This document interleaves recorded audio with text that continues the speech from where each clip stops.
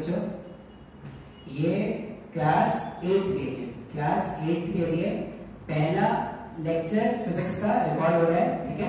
मैं तुम लोग का फिजिक्स टीचर अविनाश, ठीक है। अच्छा, अब जो पहला लेक्चर है ना, मतलब पहला जो टॉपिक हम जो पढ़ने वाले हैं वो हम पढ़ने वाले हैं फोर्स एंड प्रेशर। जो चैप्टर हम पढ़ेंगे उसका नाम क्या है, फोर्स एंड प्रेशर। तो देखो, फोर्स एंड प्रेशर, ये जो चैप्टर तुम क्लास 8 में अगर हो ना, तो ये चैप्टर फिर तुमको 9th में भी आएगा, ये चैप्टर 11th में भी आएगा, ये तुम्हारे आगे जब तुम कॉम्पिटिटिव एग्जाम्स दोगे उनमें भी आएगा। तो फोर्स एंड प्रेशर अभी आज तो हम बहुत ही बेसिक इंट्रोडक्शन करेंगे, लेकिन ये जो चैप्टर है ये बहुत इंपॉर्टेंट है। आगे जाके तुम्हारे जो हायर क्लासेस होंगे उसमें फोर्स एंड प्रेशर की बहुत ज्यादा इंपॉर्टेंस है। अच्छा, ये इंपॉर्टेंट सिर्फ इसीलिए नहीं कि एग्जाम में ऐसे क्वेश्चन आते हैं, ये इंपॉर्टेंट इसीलिए भी है कि ये बहुत ही रियलिस्टिक है। मतलब ये क्या है ना, फोर्स प्रेशर ये सब कुछ ऐसे टॉपिक है ना जो तुम एनालाइज कर सकते हो, तुम फील कर सकते हो। कैसे फील करोगे, तुम मान लो अगर एक ऑब्जेक्ट है, मान लो ऐसा कि एक ऑब्जेक्ट है, कितने मास का, स्मॉल m मास का एक ऑब्जेक्ट है, ठीक है। अच्छा, अब ये जो स्मॉल m मास का ऑब्जेक्ट है, मैं अगर इसको बोलूं कि इस पे मेरे को फोर्स अप्लाई करना है, अब बोलोगे सर फोर्स क्या होता है, नहीं पता कैसे अप्लाई करना है। मैं बस इतना बोल रहा हूं कि तुमको मान लो इस ऑब्जेक्ट को चलाना है, मेरे को नहीं पता कि फोर्स क्या है, क्या नहीं है, क्या है, कैसा है, मेरे को नहीं पता। मैं बोल रहा हूं कि ये जो m मास का ऑब्जेक्ट है तुमको मूव करना है, तुम कैसे मूव करोगे। अगर ये m मास का ऑब्जेक्ट है, तुमको इसको मूव करना है, मान लो ये m मास बहुत ही लाइट है, तुम इसको बिना टच के मूव करना चाहते हो। अगर m मास बहुत ही हल्का होगा तो ऐसे क्या करते हो, तुम उसको ऐसे फूंक मारते हैं ऐसे। जब ऐसे फूंक मारते हैं ये हल्का होता है तो ये चलना स्टार्ट होता है क्या, हाँ यार, बात समझ में आ रही है। अच्छा, मान लो अगर ये भारी है, तुम्हारे फूंक से फू फू फू तुमने फूंक मारा, नहीं चला, बहुत भारी था, तुम बहुत फूंक मारा, मर गया, तो फूंक मारते मारते फिर भी ऑब्जेक्ट नहीं चला, तो तुम क्या करोगे, अपने हाथों से ऐसे इसको पुश करना स्टार्ट करोगे। अब जैसे तुम इसको पुश करना स्टार्ट करोगे, हो सकता है या चलना स्टार्ट करने हो सकता है, क्योंकि वो डिपेंड करता है कि कितना भारी है। अगर ऑब्जेक्ट हल्का होता है तो वो मूव करता है, हल्का नहीं होता है तो उसमें मुश्किल होता है मूव कराना उसको।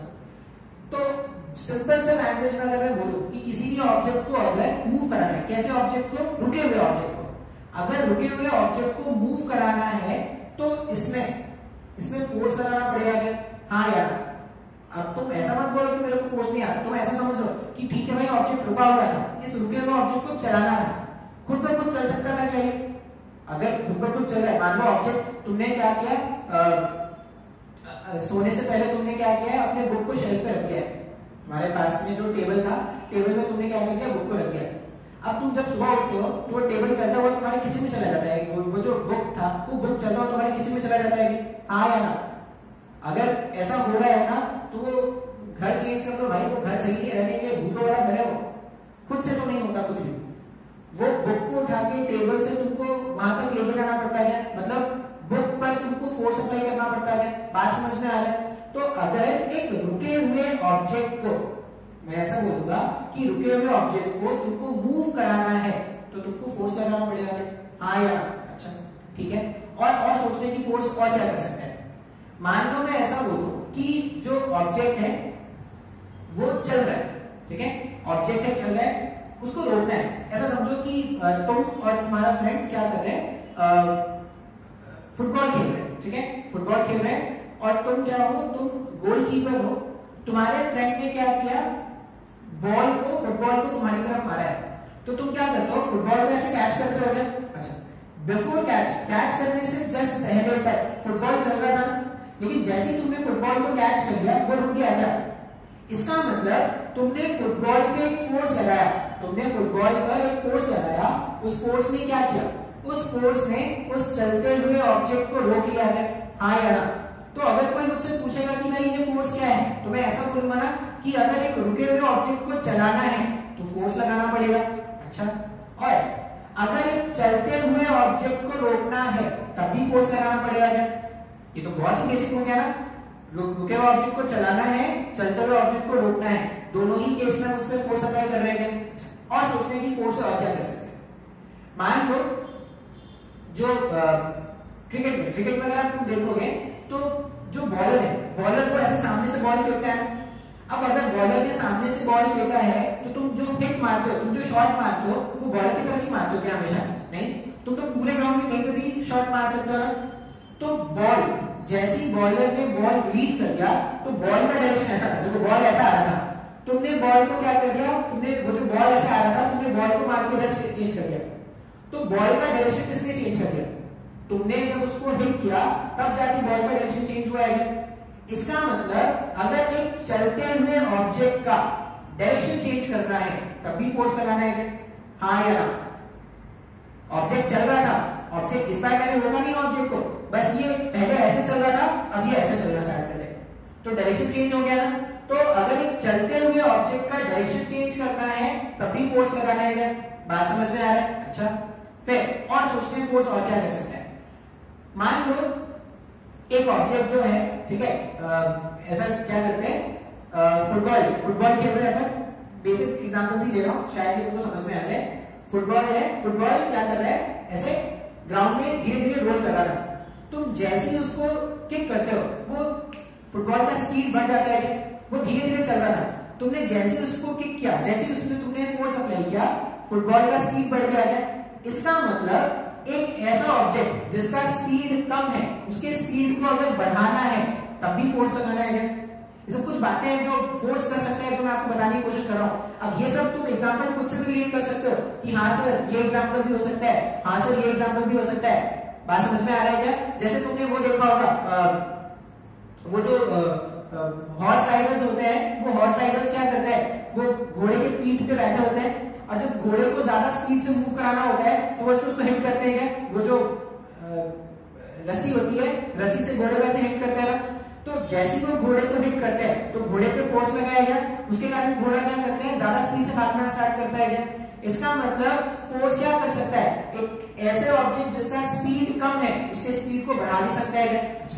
और सोचते हैं, मान लो प्लास्टिक का एक बॉटल है, वो जो प्लास्टिक के बॉटल्स होते हैं ना उसमें देखो लिखा होता है crush the bottle after use, ऐसा लिखा होता है क्या? तुमने देखा होगा जो प्लास्टिक के बॉटल्स आते हैं रेलवे स्टेशन में, बस स्टैंड में, ये जो प्लास्टिक के बॉटल्स मिलते हैं उसमें लिखा होता है ना crush the bottle after use.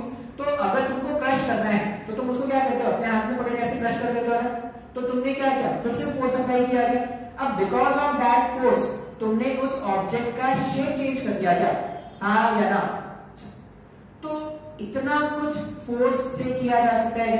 तो अगर कोई मुझसे पूछेगा कि फोर्स क्या है, तो फोर्स क्या है, फोर्स एक कॉज है, ठीक है, जैसे मैं बता रहा हूं वैसे याद रखना, मैं भी लिख भी दूंगा डेफिनेशन।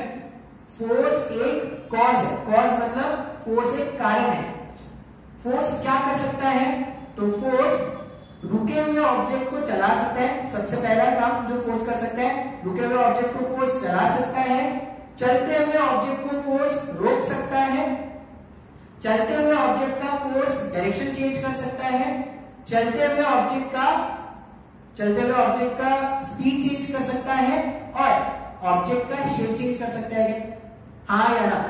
तो ये सारा कुछ जो है वो फोर्स कर सकता है। तो हम इस चैप्टर में पहले फोर्स पढ़ेंगे, एक बार फोर्स समझ में आ जाएगा तो हम प्रेशर पढ़ेंगे। आई होप तुमको फोर्स का डेफिनेशन समझ में आ गया होगा। तो फोर्स का डेफिनेशन जो मैं लिख रहा हूं आपको क्या करना है, याद करना है, ठीक है।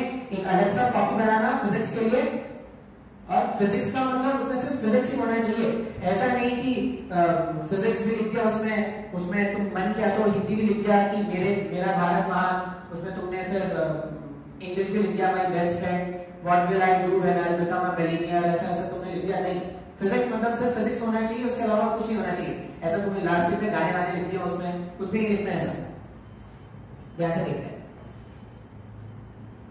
फोर्स का डेफिनेशन, जो डेफिनेशन तुमको बुक्स में मिलेगा वो क्या होगा, force is a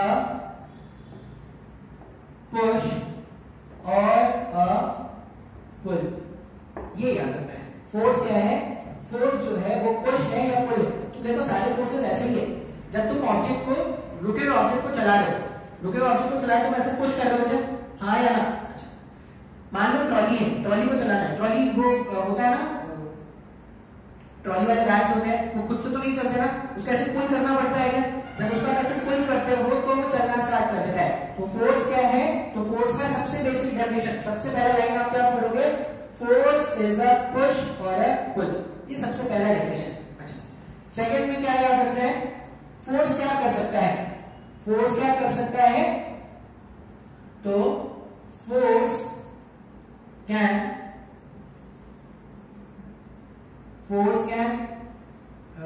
move a stationary object, force can move a stationary object, रुके हुए ऑब्जेक्ट को फोर्स क्या कर सकता है, चला सकता है। अच्छा, दूसरा काम फोर्स क्या कर सकता है, force can stop, force can stop a moving object, force जो है वो एक मूविंग ऑब्जेक्ट को रोक सकता है क्या, ये दूसरा काम है जो फोर्स कर सकता है। तीसरा काम क्या कर सकता है, force can change, force can change the direction, force can change the direction of moving object, force can change the direction of moving object. ठीक है, फिफ्थ में फोर्स क्या कर सकता है, force can increase the speed, force can increase the speed of moving object, ये भी force कर सकता है। और फाइनली एक और पॉइंट क्या याद रखेंगे, force can change the shape of an object, force जो है वो किसी ऑब्जेक्ट का शेप भी चेंज कर सकता है क्या। अच्छा, तुमको ये स्क्रीन पॉज करना है और ये तुमको सारे पॉइंट्स लिख लेने हैं। ठीक है, सबसे पहले फोर्स का डेफिनेशन क्या है, फोर्स इज अ पुश और अ पुल, ये फोर्स का सिंपल सा definition. What can be done with the help of a force? So these are the activities which can be performed when you apply force on an object. ठीक है, अच्छा ये तुमको लिखना है। इसमें यहाँ पे तुमको एक छोटा सा मैं होमवर्क दे रहा हूँ। ठीक है, होमवर्क क्या है, मैंने जितने भी लिखे ना फोर्सेस के कॉजेस, फोर्स ये कर सकता है, फोर्स ये कर सकता है, फोर्स ये कर सकता है, फोर्स ये कर सकता है, फोर्स ये कर सकता है, तुमको ये सारे कॉजेस के, तुमको ये सारे कॉजेस के दो दो एग्जांपल्स अपने घर में ढूंढने हैं। बात समझ में आ रही है, ये सारे एग्जांपल्स के दो दो एग्जांपल जो भी कॉजेज हैं इनके दो दो एग्जांपल्स तुमको अपने घर में ढूंढने हैं। जैसे घर में, किचन में, लॉन में, तुम स्कूल में भी कंसिडर कर सकते हो, कॉलेज तुम स्कूल जाते हो तो स्कूल में देख लेना। तुमको दो दो एग्जांपल सब में ये करना है और बहुत ही आसान है। देखो जब तक तुम खुद से नहीं सोचोगे ना तो तुमको नहीं समझ में आने वाला। जैसे अगर मैं बोलूं कि force can move a stationary object, तो बहुत ही आसान है ना यार, स्टेशनरी ऑब्जेक्ट को फोर्स चला सकते हैं। कुछ एग्जांपल्स बता रहे हैं, जो भी किचन में मान लो एक फ्राइंग पैन है, फ्राइंग पैन वो गंदा हो गया, उसको अपने को क्या करना है, वॉश करना है। तो वो वॉश बेसिन में जब वो जाता है तो खुद ब खुद चला जाएगा क्या, नहीं, फोर्स अप्लाई करके मूव कराओगे ना। तो इस तरह के तुमको एग्जांपल्स बता रहे हैं, सबके दो दो एग्जांपल्स। तो अगर ज्यादा बता सकते हो ज्यादा ही बता देना, लेकिन दो दो एग्जांपल्स तो सबके बता रहे हैं। अब सर कहां बताएंगे, तो जहां पे ये वीडियो है, ठीक है, मैं क्लासरूम ऐप में अपलोड कर दूंगा, तो ग्रुप में बता सकते हो, ठीक है, या जो भी कमेंट सेक्शन होता है कमेंट सेक्शन में लिख सकते हो, एंड सो ऑन, कहीं भी बता सकते हो। बात समझ में आया है, तो फोर्स का बेसिक डेफिनेशन, फोर्स का बेसिक डेफिनेशन को समझ में आ गया। अच्छा, अभी फोर्स में कुछ और बातें हम देख लेते हैं। अब ये जो फोर्स है, ये जो फोर्स है, इसको, इसका यूनिट क्या होता है या मैथमेटिकल डेफिनेशन क्या होता है, ये सब बताने से पहले ना इसमें न्यूटन के लॉज बता देते हैं, वो ज्यादा इंपॉर्टेंट है। ठीक है, तो नेक्स्ट टॉपिक अपन क्या लिखेंगे, Newton's law of forces, Newton's law of forces.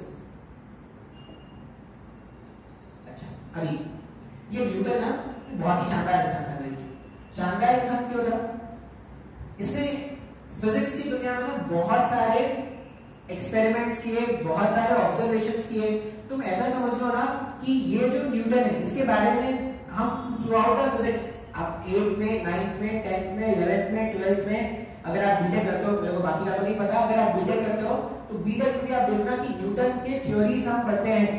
मतलब एक सिंगल बंदे ने इतना कुछ काम किया हुआ है फिजिक्स में, ठीक है। वो बहुत लोग बोलते हैं कि वो पेड़ गिर जाता, न्यूटन मर जाता। नहीं भाई, अगर न्यूटन मर जाता ना तो आज भी हम वही अंधकार में रहते। बात समझ में आ रहा है?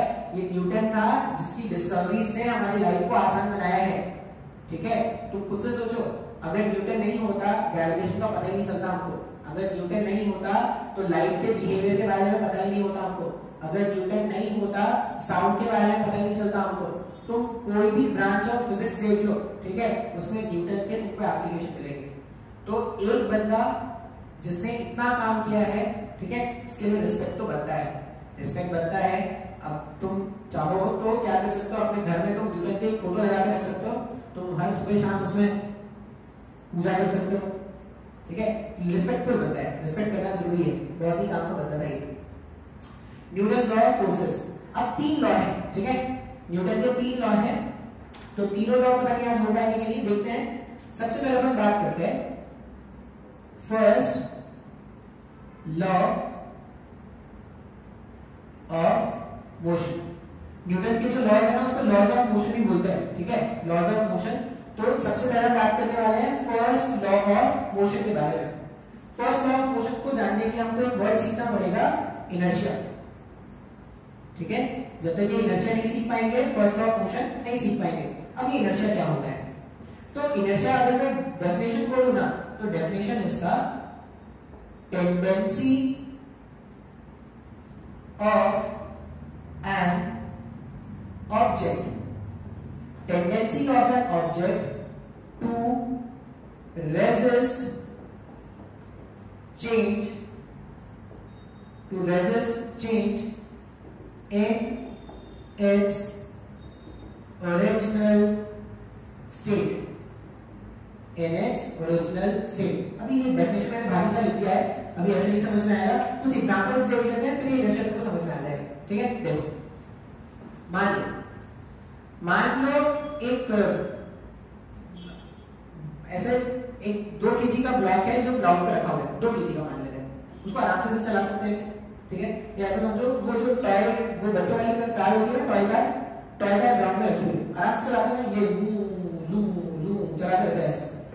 अब वो जो रियलिटी वाली कार होती है, एक्चुअल वाली कार, वो ऐसी रखी है, उसको सिर्फ धक्का देकर से चलाते रहते हैं, हालत खराब हो जाती है, हाँ या ना। तो क्या फर्क पड़ा, जब वो टॉय वाला कार था उसका मास बहुत कम था, हाँ या ना। अगर उसका मास बहुत, दोनों रेस्ट में थे, वो जो टॉय वाला कार है वो भी रेस्ट में है और वो जो एक्चुअल कार है वो भी रेस्ट में, दोनों रेस्ट में है। टॉय वाले कार को चलाना आसान था, लेकिन वो जो एक्चुअल कार है उसको चलाना मुश्किल है। ऐसा क्यों?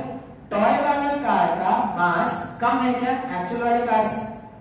इसका मतलब ऐसा बोल सकते हैं क्या कि इस ऐसा कोई भी ऑब्जेक्ट जिसका मास कम है उसको चलाना बहुत ही आसान है ना। तुम खुद से सोचो, अगर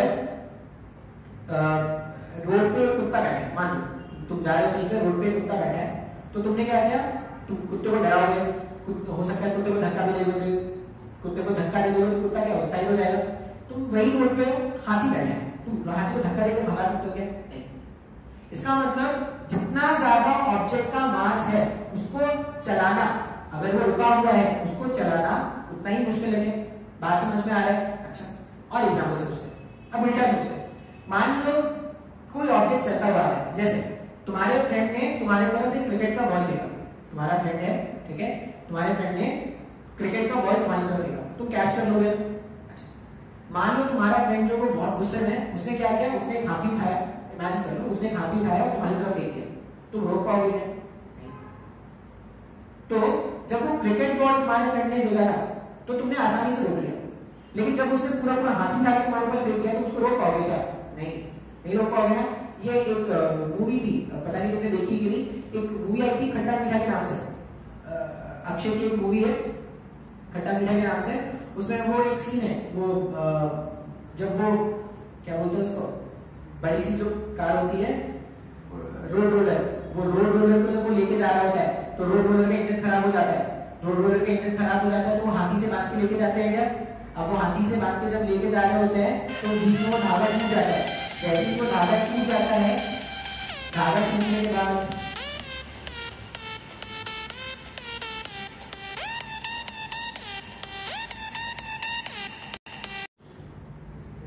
स्टार्ट करते हैं। वो कॉल आ गया किसी का, ठीक है। तो याद क्या रखना है कि वो जो सीन है उस मूवी में, उसमें क्या होता है, वो हाथी जब उस रोड रोलर को लेके जा रहा होता है तो वो जो धागा होता है धागा टूट जाता है। अब जैसे ही धागा टूट जाता है, रोड रोलर नीचे गिरना स्टार्ट होता है, तो वो अक्षय क्या करता है, वो साइकिल फेंक देता है, वो हीरो को फेंक देता है, कैरेक्टर को फेंक देता है। वो रुकता है क्या रोड रोलर में? क्यों? क्योंकि उसका मास बहुत ज्यादा है। उसका मास बहुत ज्यादा है तो उसको रोकना बहुत मुश्किल हो गया। अब इसी को हम क्या बोलते हैं? इनर्शिया। ध्यान से समझना इनर्शिया क्या है। हमने लिखा है tendency of an object to resist change in its original state. अब स्टेट का मतलब यहाँ पे क्या है? स्टेट यहाँ पे सॉलिड लिक्विड गैस की बात नहीं कर रहे। स्टेट का मतलब होता है state of motion, state of motion and state of rest. State of motion and state of rest, इसके बारे में बात करें। जैसे जब मैंने बोला कि हाथी बैठा हुआ है ग्राउंड पे, अब अगर हाथी ग्राउंड पे बैठा है उसका स्टेट क्या है? रेस्ट है ना। तुम उसको धक्का दोगे, मतलब तुम उसको चलाने वाले होगे। इसका मतलब तुम रेस्ट से, उसका स्टेट रेस्ट का था, तुम उसको चेंज करके मोशन में लाना चाहते हो। तो तुम उसकी स्टेट को चेंज करने की कोशिश कर रहे हो क्या? स्टेट मतलब ये नहीं कि सॉलिड लिक्विड गैस है, ऐसा नहीं हाथी बैठा उसको पिघला के पानी बना देना, ये नहीं।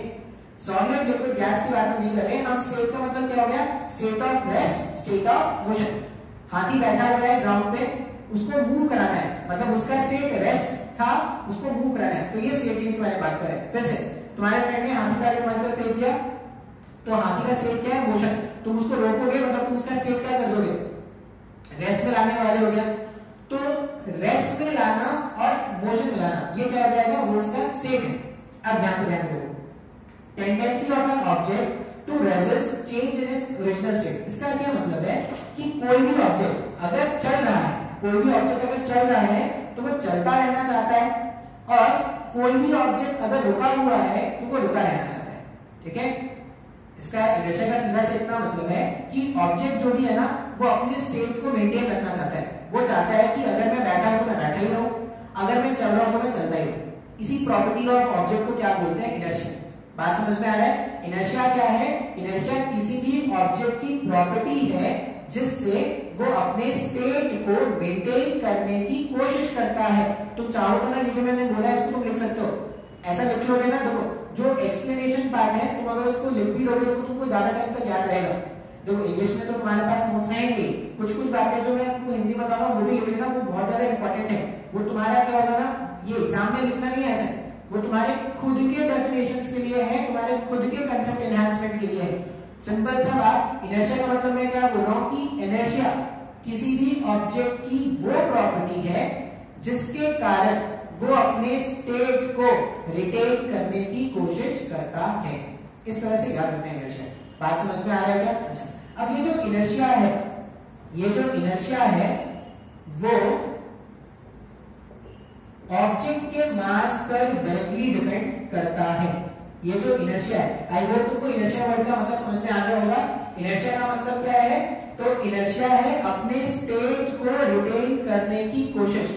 अपने स्टेट को रिटेन करने की कोशिश को ही हम क्या बोलते हैं? इनर्शिया। अब जितना ज्यादा मास होगा किसी भी ऑब्जेक्ट का, उसका इनर्शिया उतना ही ज्यादा है। जैसे हाथी का मास ज्यादा है तो हाथी को चलाना मुश्किल है। कुत्ता अगर बैठा होता, मास कम है, उसको चलाना आसान है। तुम्हारे फ्रेंड ने क्रिकेट का बॉल को फेंक दिया, बॉल का मोशन, बॉल का स्टेट क्या था? मोशन। उसको रोकना आसान है, क्यों? क्योंकि उसका मास कम है। लेकिन अगर हाथी का तुम्हारे फ्रेंड ने देखा होता, उसको रोकना मुश्किल होता है, क्यों? क्योंकि उसका मास ज्यादा है। तो आई होप तुमको ये वर्ड इनर्शिया समझ में आ गया होगा। इनर्शिया का मतलब है अपने स्टेट को रिटेन करने की कोशिश।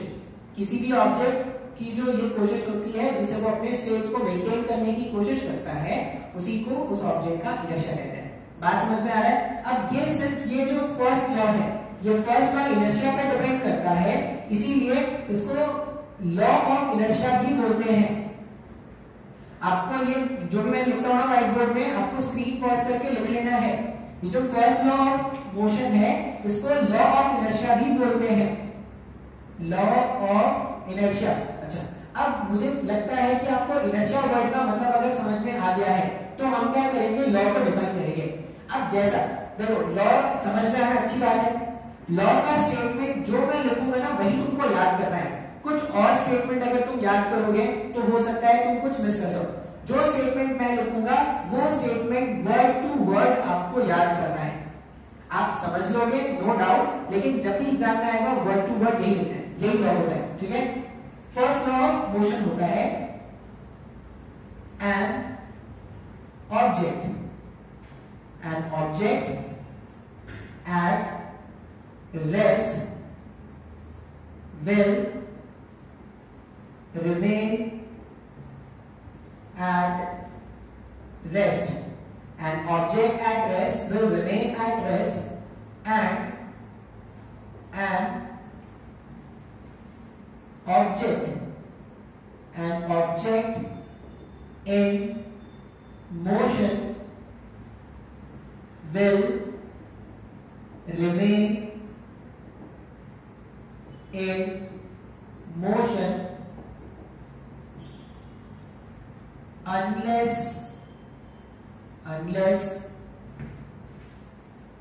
and until acted upon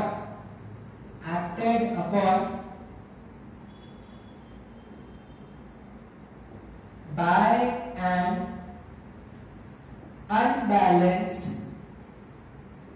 an unbalanced external force।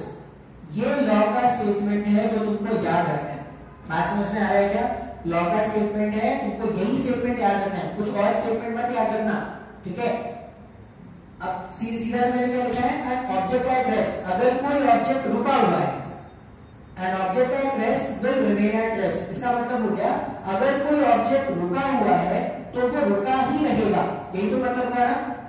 And an object in motion, अगर कोई ऑब्जेक्ट चल रहा है, an object in motion will remain in motion. इसका मतलब अगर कोई ऑब्जेक्ट रुका हुआ है तो वो रुका हुआ ही रहना चाहेगा, अगर कोई ऑब्जेक्ट चल रहा है तो वो चलता हुआ ही रहना चाहेगा।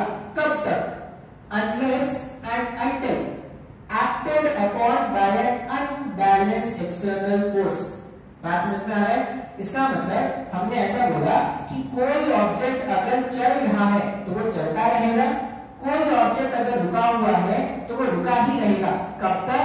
जब तक बाहर से एक फोर्स नहीं अप्लाई करेंगे जो उसको मूव करना स्टार्ट करे। अब ये अनबैलेंस्ड एक्सटर्नल फोर्स का मतलब क्या है ना, ये थोड़ा समझ लेते हैं। पहले तो हम समझते हैं कि एक्सटर्नल फोर्स क्या है। पहले अपन समझ लेते हैं कि एक्सटर्नल फोर्स क्या है। अब एक्सटर्नल फोर्स, मान लो तुम कार में कहीं पे जा रहे थे, ठीक है, कोई नहीं है, सिर्फ तुम ही हो, कार में बैठे हो और तुम कहीं पे जा रहे हो। सडनली तुम्हारी कार खराब हो गई। अब अगर सडनली तुम्हारी कार खराब हो गई तो तुम क्या करते हो? कार के अंदर से बैठे बैठे ही स्टीयरिंग को धक्का देते हो। कार के अंदर बैठे और स्टीयरिंग को धक्का दे रहे हो, कार मूव करेगा क्या? हाँ या ना?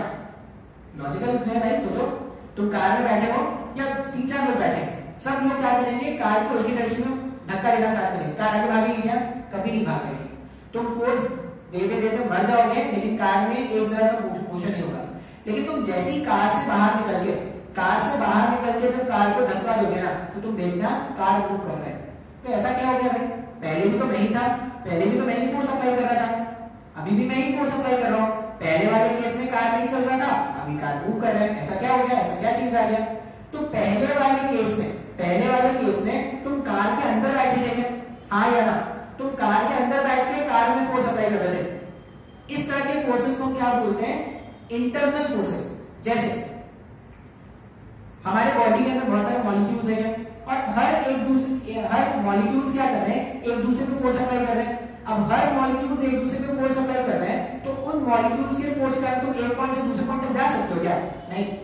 तुम तभी मूव कर पाते हो जब क्या होता है? फ्रिक्शन तुमको इस पॉइंट से उस पॉइंट तक लेके चला जाता है। तो शायद नहीं समझ में आएगा, या ऐसा समझो कि मान लो मैंने ये बोला, एक ऐसा ब्लॉक है, ब्लॉक ऐसा रखा हुआ है, m मास का ब्लॉक है रखा हुआ है, अब यहाँ पे क्या है, यहाँ पे एक मॉलिक्यूल होगा, यहाँ पे एक मॉलिक्यूल होगा। तुमने पढ़ा है अपने लोअर क्लासेस में इंटरमॉलिक्यूलर फोर्सेस, ये मॉलिक्यूल इस पे फोर्स अप्लाई कर रहा है, ये मॉलिक्यूल इस पे फोर्स अप्लाई कर रहा है।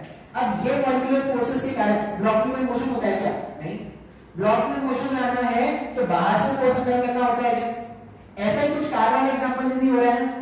तो जब भी किसी ऑब्जेक्ट को तुमको मूव कराना है तो उसमें फोर्स कहां पे कैसे अप्लाई करना पड़ेगा? उसमें तुमको फोर्स अप्लाई करना पड़ेगा बाहर से, एक्सटर्नली तुमको फोर्स अप्लाई करना पड़ेगा।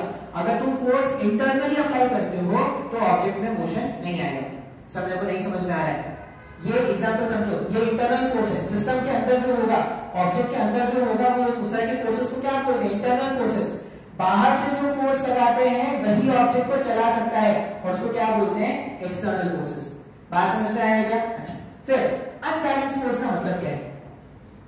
अब ऐसा जरूरी नहीं कि तुमने फोर्स लगाया तो ऑब्जेक्ट चलेगा ही। जैसे फिर से m मास का ऑब्जेक्ट है, तुमने यहाँ पे फोर्स अप्लाई किया, मान लो 10 न्यूटन का, न्यूटन का यूनिट होता है, और तुम्हारे फ्रेंड ने भी यहाँ से फोर्स अप्लाई कर दिया 10 न्यूटन का, ऑब्जेक्ट चलेगा क्या? ऑब्जेक्ट चलेगा क्या? नहीं, अभी भी ऑब्जेक्ट नहीं चलेगा। तो बोले सर फोर्स तो लगा दिया, बाहर से ही फोर्स लगाया है, फिर भी ऑब्जेक्ट नहीं चल रहा है अभी तो क्यों नहीं चल रहा है? क्योंकि मुझे अनबैलेंस फोर्स चाहिए। अभी क्या होगा? ये फोर्स और ये फोर्स एक दूसरे को बैलेंस कर दे रहे हैं क्या? अगर ये फोर्स और ये फोर्स एक दूसरे को बैलेंस कर दे रहे हैं, इसलिए ऑब्जेक्ट नहीं चल पा रहा है। तुमने क्या किया होता? सिर्फ एक डायरेक्शन में फोर्स अप्लाई किया होता है, इस डायरेक्शन में, तो ये ऑब्जेक्ट चलना स्टार्ट कर देता। क्यों? क्योंकि इसको कोई बैलेंस नहीं कर रहा है। बात समझ में आ रही है क्या? अच्छा, या अगर तुमने यहाँ पे 10 न्यूटन लगाया है और तुम्हारे फ्रेंड ने यहाँ पे सिर्फ 2 न्यूटन का फोर्स लगाया होता, तब ये ऑब्जेक्ट चल रहा था। क्यों? क्योंकि अभी भी अनबैलेंस फोर्स है। हाँ या ना? तो आई होप तुमको फर्स्ट लॉ ऑफ मोशन समझ में आया होगा। देखो सिर्फ डेफिनेशन याद करने से कुछ नहीं होगा, तुमको ये फर्स्ट लॉ जो है वो तुमको अच्छे से फील करना है। अगर ऑब्जेक्ट रुका हुआ है तो वो रुका ही रहेगा, अगर ऑब्जेक्ट चल रहा है तो वो चलता ही रहेगा। कब तक? जब तक बाहर से एक अनबैलेंस फोर्स नहीं लगाया गया है। बात समझ में आ रहा है? एक्सटर्नल फोर्स क्या होता है ये समझ में आ गया, अनबैलेंस फोर्स क्या होता है ये समझ में आ गया, और इनर्शिया क्या होता है ये समझ में आ गया। हाँ या ना? अच्छा, अगर तुमको लग रहा है कि सर मैं ये सब बाद में भूल जाऊंगा तो तुम खुद से लिखना, खुद से लिखने की कोशिश करना कि अच्छा अनबैलेंस फोर्स क्या है, इंटरनल फोर्स क्या है और इनर्शिया क्या है। देखो जब तक ना फिजिक्स ऐसा सब्जेक्ट नहीं है ना जो तुम क्या करोगे याद कर लोगे तो हो जाएगा। फिजिक्स में तुमको सोचना पड़ेगा, तुमको एनालाइज करना पड़ेगा, क्यों ऐसा क्यों बोल रहे, ऐसा क्यों कर रहे हैं। जब तक तुम सोचोगे नहीं ना सब्जेक्ट में तब तक तुमको मजा नहीं आएगा, ये फिर नॉर्मल सब्जेक्ट के जैसा हो जाएगा। फिजिक्स बहुत ही रॉयल सब्जेक्ट है, बहुत ही अच्छा लगेगा अगर तुम ग्रेजुअली सीख। और तुम ऐसा समझो ना कि अगर तुम्हारा अभी फिजिक्स वीक हो गया ना तो आगे बहुत कम चांसेस है कि तुम अपने फिजिक्स को आगे सुधार पाओगे। अभी बेसिक लेवल पे फिजिक्स पे बात करते हैं तो बेसिक लेवल से ही फिजिक्स को स्ट्रॉन्ग करके रखना है। बहुत ही इंटरेस्टिंग सब्जेक्ट है, मजा आएगा तुम अगर अच्छे से पढ़ते जाओगे तो। बात समझ में आया? तो ये फर्स्ट लॉ का स्टेटमेंट है और ये फर्स्ट लॉ का एक्सप्लेनेशन। बात समझ में आ रहा है? अच्छा, अब यहां पे हम क्या करते हैं, कुछ एग्जांपल्स देखते हैं। एग्जांपल्स किसके? ये जो मैंने स्टेटमेंट लिखा ना, object at rest will remain at rest, object at rest will remain at rest और object in motion will remain in motion, इसको ना ऐसा भी लिखते हैं। दो एग्जांपल के टर्म्स में हम बताते हैं इसको। हमने जो लिखा था इनर्शिया ऑफ रेस्ट, मान लो मैं ऐसा लिख दूंगा इनर्शिया ऑफ रेस्ट, इसका क्या मतलब होता है? An object at rest will remain at rest, ये इसका मतलब है। और अगर मैं ये लिख दूं इनर्शिया ऑफ मोशन, अगर मैं लिख दूं इनर्शिया ऑफ मोशन, इसका क्या मतलब है? An object in motion will remain in motion। तो ये जो मैंने फर्स्ट लॉ बताया तो मैंने ऐसा लिखा था क्या? Object in rest will remain at rest, object in motion will remain in motion. अगर रेस्ट वाला ऑब्जेक्ट रेस्ट पे रहना चाहता है उसको बोलते हैं इनर्शिया ऑफ रेस्ट, चलता हुआ ऑब्जेक्ट चलता रहना चाहता है उसको बोलते हैं इनर्शिया ऑफ मोशन। अब इसके ना कुछ एग्जांपल्स में बात करते हैं, ठीक है? सबसे पहले बात करते हैं इनर्शिया ऑफ रेस्ट पे। अब इनर्शिया ऑफ रेस्ट पे अगर कुछ एग्जांपल्स है ना तो ध्यान से देखना, एग्जांपल्स बहुत ही जरूरी होता है ये समझना। इनर्शिया ऑफ रेस्ट के एग्जांपल्स, मान लो कोई एग्जांपल 1 क्या है ना, ये कॉमन एग्जांपल आप घर में भी रख सकते हो। एक ग्लास टम्बलर ऐसे लेते हैं, ग्लास टम्बलर मतलब कांच का ग्लास, और इसके ऊपर क्या कर दो, एक कार्डबोर्ड ऐसा रख दो, एक थिक सा कार्डबोर्ड रख दो।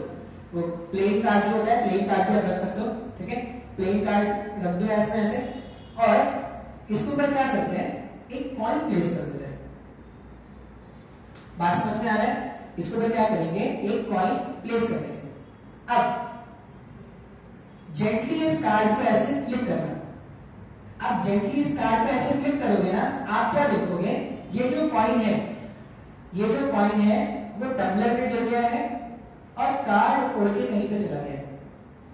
बात समझ में आ रहा है क्या? अच्छा, अभी ऐसा क्यों हुआ? ऐसा इसीलिए हुआ क्योंकि, अच्छा, अब अगर तुम उसको ऐसे फ्लिप नहीं करते ना, और मान लो तुमने कार्ड लिया और कार्ड और कॉइन कैसे रखते, तो ऐसे रखते, उसके इसमें दोनों अलग अलग भाग में क्या नहीं, लेकिन जैसे तुम उसको फ्लिप करोगे तो नीचे गिरेगा।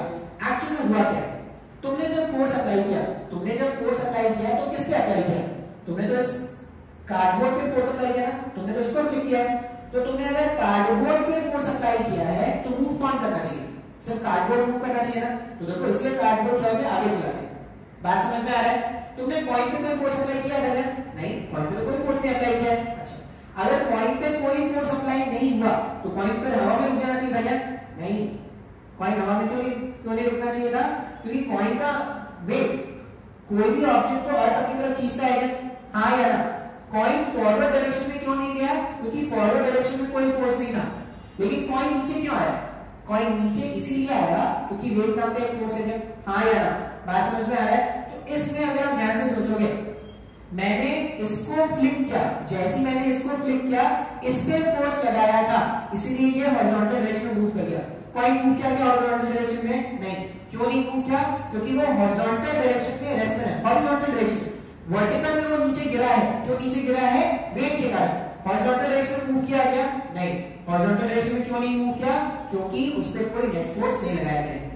बात समझ में आया क्या? हाँ या ना? Inertia of rest, inertia of rest कैसे एक्सप्लेन करोगे?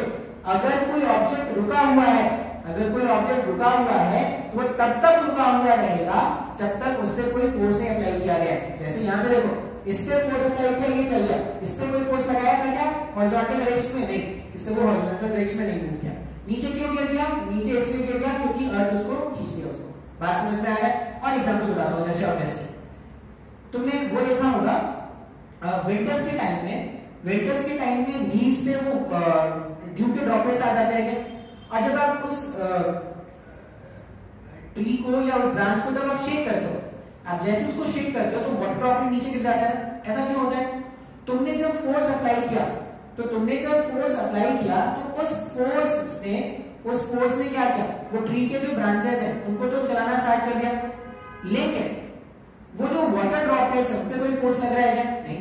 तो अगर उन पे कोई फोर्स नहीं लग रहा है तो वो तो रुके हुए रहेंगे ना। पहले क्या था, ऐसा समझ लो, ये एक लीफ और ये वाटर ड्रॉपलेट है। अब जैसे तुमने फोर्स अप्लाई किया लीव्स पे, लीव्स क्या हो गए, मूव करके साइड हो गए, लीव्स मूव करके साइड हो गए, वाटर ड्रॉपलेट तो अभी भी उधर ही रहेगा। अब वाटर ड्रॉपलेट अभी भी अगर उधर ही है तो ग्रेविटी का नीचे गिर जाएगा। अच्छा, दोनों साथ साथ क्यों नहीं गए? दोनों साथ साथ इसलिए नहीं गए क्योंकि इस पे तो कोई फोर्स था ही नहीं। अगर इस पे कोई फोर्स नहीं था तो लीव्स सिर्फ आगे बढ़ गए और ये वाटर ड्रॉपलेट ऐसा हो गया और लिक्विड नीचे गिर जाता है क्या? हाँ या ना? सर देखो कुछ भी नहीं समझ में आ रहा है। ये सारे एग्जांपल्स तुमको बुक में मिल जाएंगे। एक और एग्जांपल बताता हूं। एक और एग्जांपल, तुमने वो देखा है क्या, वो जो रुई वाले गद्दे बनाए जाते हैं, जब रुई वाले गद्दे बनाए जाते हैं तो कॉटन को क्या करते हैं, पहले उसको मारते हैं क्या, बहुत जोर से। क्यों मारते हैं? वो फ्रस्ट्रेशन निकाल रहे हैं अपना? नहीं, फ्रस्ट्रेशन ही निकाल रहे। तुम अगर ध्यान से देखना तो जब तुम रुई को बहुत जोर से, वो जो भी शॉपकीपर होता है, जो वो गद्दे बना रहा होता है, वो जब रुई को जोरों से मारता है तो रुई में बैठे हुए जो डस्ट है वो उड़ जाते हैं। क्यों ऐसा होता है? क्योंकि वो जब स्टिक से मार रहा है ना तो वो फोर्स किस पे अप्लाई कर रहा है, वो फोर्स तो कॉटन पे अप्लाई कर रहा है। फोर्स कॉटन पे अप्लाई होने से कॉटन क्या हो जाते हैं, प्रेस हो जाते हैं, लेकिन डस्ट पार्टिकल तो वहीं पे रुक जाते हैं ना, तो डस्ट पार्टिकल क्या होते हैं, सेपरेट हो जाते हैं। तो इनर्शिया ऑफ रेस्ट के कुछ एग्जांपल्स हैं। बात समझ में आ रहा है क्या? तो ये अगर तुमको एग्जांपल समझ में आया है तो इनर्शिया ऑफ रेस्ट के और दो एग्जांपल्स तुमको खुद से सोच के बनाने हैं, ठीक है? तो अपने घर में देखना, तो अपने घर में अगर सोचोगे तो तुमको इनर्शिया ऑफ रेस्ट के एग्जांपल मिल जाएंगे। अच्छा, इसी तरह इनर्शिया ऑफ मोशन भी होता है, लेकिन वो नेक्स्ट लेक्चर में देखेंगे। आज के लेक्चर के इतना ही रहने देते हैं इनर्शिया ऑफ रेस्ट पर। इनर्शिया ऑफ रेस्ट का सीधा सा मतलब है अगर कोई ऑब्जेक्ट रुका हुआ है तो वो रुका हुआ रहना चाहता है, कब तक? जब तक उस पर कोई फोर्स अप्लाई नहीं किया गया है। तो इनर्शिया ऑफ रेस्ट के कुछ एग्जांपल्स आपको भी ढूंढने हैं अपने डे टू डे लाइफ में, ढूंढना, ठीक है? नहीं होगा नेट का हेल्प ले सकते हो, ठीक है, लेकिन ढूंढना जरूर, ठीक है? चलो इतना ही रख देते हैं आज।